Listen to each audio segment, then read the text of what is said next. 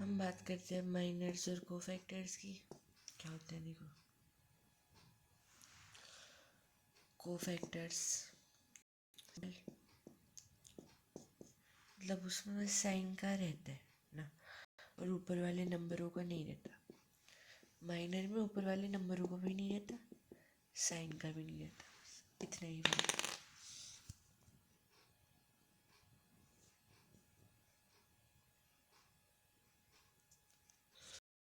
डालते हुए डिटर्मिनेंट है T is equal to A1 A2 A3 B1 B2 B3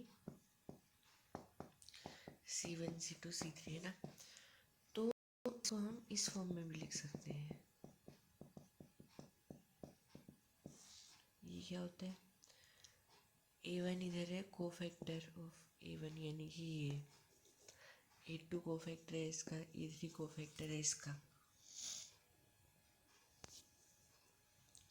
या फिर हम इसको ऐसे भी लिख सकते हैं A2 A1 plus B2 B1 plus C2 C1।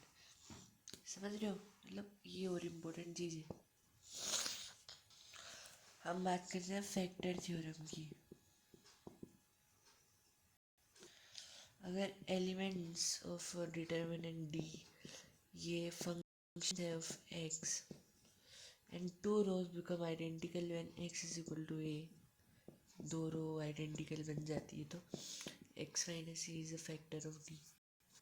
Multiplication of determinants आता है सबको, ये आप सबको याद है ही।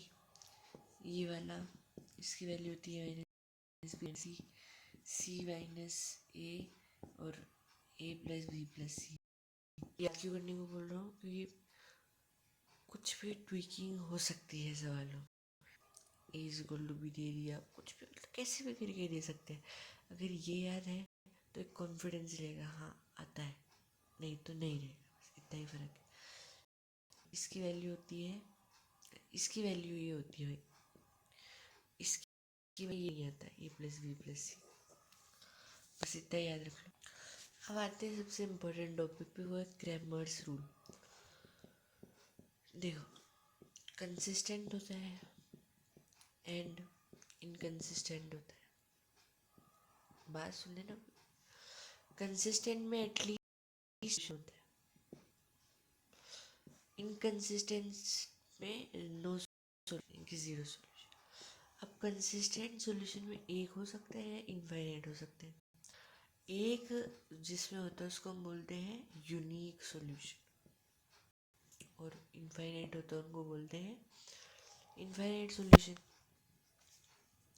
यूनिक सॉल्यूशन का एक और नाम होता है, इसको हम बोलते हैं ट्राइवियल सॉल्यूशन, और इसको हम बोलते हैं नॉन ट्राइवियल सॉल्यूशन। जब यहाँ तक हमें पता चल गया यहाँ इनकंसिस्टेंट होता है नो सॉल्यूशन, ठीक है।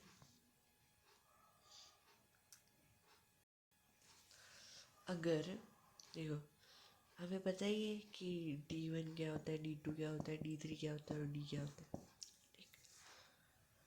तो यदि D is not equal to zero और D1 D2 या D3 भी नॉट इक्वल टू ज़ीरो होता है तो हमारे पास यूनिक सॉल्यूशन होता है, जो कि एक्सटेंट होता है, जो कि नॉन ट्राइवियल होता है, नॉन ट्राइवियल।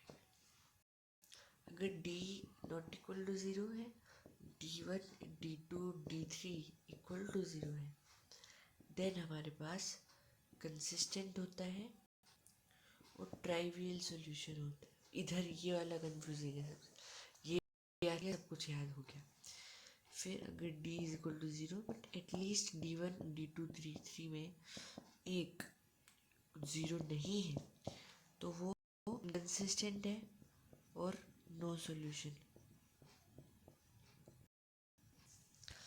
और अगर सब कुछ ज़ीरो है तो इनफाइनाइट सॉल्यूशन होते हैं या फिर नो सॉल्यूशन।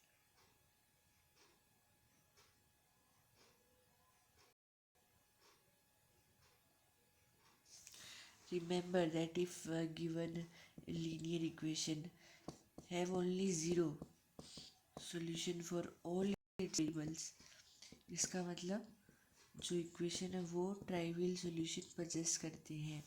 ठीक, तो ये जो है बातें बताई मेरे को, ये इतनी थी बस इम्पोर्टेंट बातें। तो ये जितनी भी मैंने बात बताई ये मन में गुनगुनाना ज़रूर। और बस डिटर्मिनेंट्स भी हो गया। टेस्ट नहीं दे रहा मैं,